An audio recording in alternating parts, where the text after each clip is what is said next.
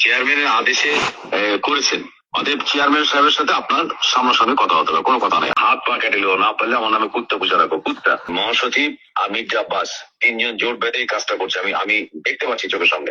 Something কোনো একটা কিছু দলের মধ্যে ভাঙন বা গ্রুপিং কিছু একটা দেখা দিচ্ছে। ব্যাখ্যা যদি কিছু দিতে হয় চেয়ারম্যান সাহেব দিক, আমি মনে করি যে এখান থেকে টিম পাঠাবো, ওখান থেকে শুট করে দিয়ে চলে আসবে, সেটাও পারি। আমার বিশাল বাহিনী নাই, তুমি অস্বীকার করছো? মানে হ্যাঁ আছে তো মিঠু, আল্লাহর পথে থাকবে দাও মিঠু ভাই।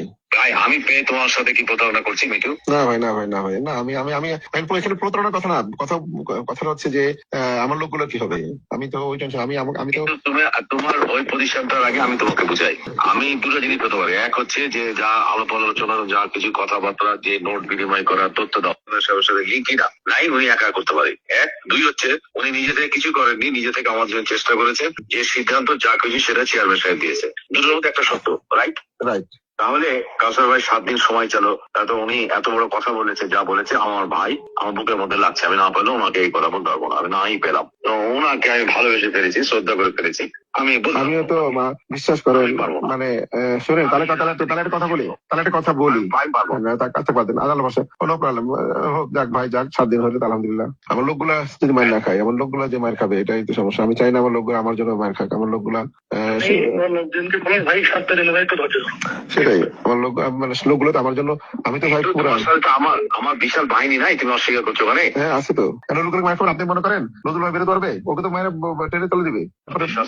হ্যাঁ আপনি জানেন যে কি বলো মিঠু, আন্দাজি আমি রাজশাহী ছিলাম না, বিহারের সভাপতি ছিলাম না, মরে গেছি নাকি এখন? আজকে যে 6.5 বছর হলো পদবি ছাড়া এখানে লড়ে যাচ্ছি, 100 লাখ ধার দেয় না, যাদের বাপের ক্ষমতা আছে তাকে, তার লোকজনকে, তার লোককে আমি এখানে একদম হাত পা কেটে নিল, না পারলে আমার নামে কুত্তা পুষে রাখো, কুত্তা। আমি লোকাল ছেলে, এখানকার বাড়ি আমার বাহিনী এখনো রেডি আছে। আমি এগুলো নোংরামিতে চাই না, যদি মুখ দিয়ে খারাপ কথা বের করো না, যেহেতু আমি কোরআন শরীফ পড়ি, নামাজ পড়ি, যদি মনে করি যে এখান থেকে টিম পাঠাবো, ওখান থেকে শুট করে দিয়ে চলে আসবে, সেটাও পারি। খারাপ কথা বলে দিও, আল্লাহর পথে আমাকে থাকতে দাও মিঠু, আল্লাহর পথে থাকতে দাও। এটা আমি মনে করছি না, আমি মনে করছি না। আল্লাহ ভরসা ভাই, অসুবিধা নাই। আপনারা দুইজন বড় বড় ভাই, আপনারা যা বলছেন আমি আপনাদের কথার বাইরে নাই। আমি আপনাদের রাজনীতি করি, হ্যাঁ আমি বলছি তো, আগে বলছি এখনো বলি। আমি এখনো তোমাকে বলি যে অল নমিনেশন লান হয়ে যাবে কালকে, যদি কমিটিতে বাদ হয়, তখন দেখবা লোকজন তো সেলটা চায়, বাকি লোকজন তো এমপি হতে চায় না। এমপি হতে চাও তুমি আর আমি, কমিটিটা খালি বাদ যায়, আমি প্রেসিডেন্ট হলে ওই কোনো মাটির লোক সদস্য হয়ে যেত। সেটাই এরকম বলছি যে আমরাই কমিটি দেবো, আমরা এমপিও আমাদের বাইরে হবে না, এখনো আছে, এখনো আছে।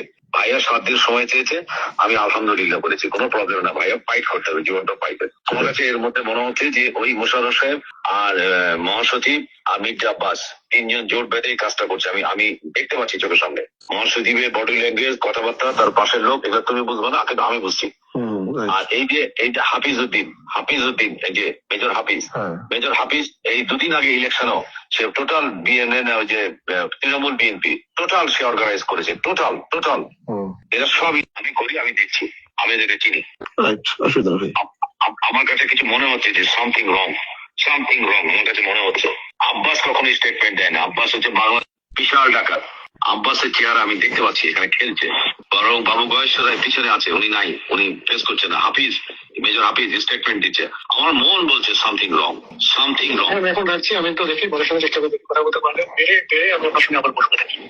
আচ্ছা ঠিক আছে ভাই, সময় এলো করেন ভাইয়া। আপনি চেয়ারম্যানের আদেশে করেছেন, অতএব চেয়ারম্যান সাহেবের সাথে আপনার সামনাসামনি কথা হতে হবে, কোনো কথা নেই, আর কোনো কথা নেই। ব্যাখ্যা যদি কিছু দিতে হয় চেয়ারম্যান সাহেব দিক, ফোন আছে আমাদের, আমাকে ফোন করে ব্যাখ্যা দিক যে তোমার কমিটি দিলাম না, তোমাকে নমিনেশন দিলাম না, আগে বলেছিলাম তোমাদের কথাতে 2টা দিয়েছিলাম, হ্যাঁ দিব না, আমি এটা বলে দিক, চেয়ারম্যান সাহেব বললে আপত্তি নেই, আমি দিব না। সেটাই, কিন্তু আমার মন বলছে যে সামথিং কোনো একটা কিছু দলের মধ্যে ভাঙন বা গ্রুপিং কিছু একটা দেখা দিয়েছিল, যার জন্য সাময়িকভাবে আমি আপনার থেকে একটু সময় চেয়ে নিচ্ছি। আমি রাখছি ভাই, আমার আচ্ছা ঠিক আছে, কষ্ট হয়ে আছে, আমি পরে আপনাদের সঙ্গে কথা বলবো।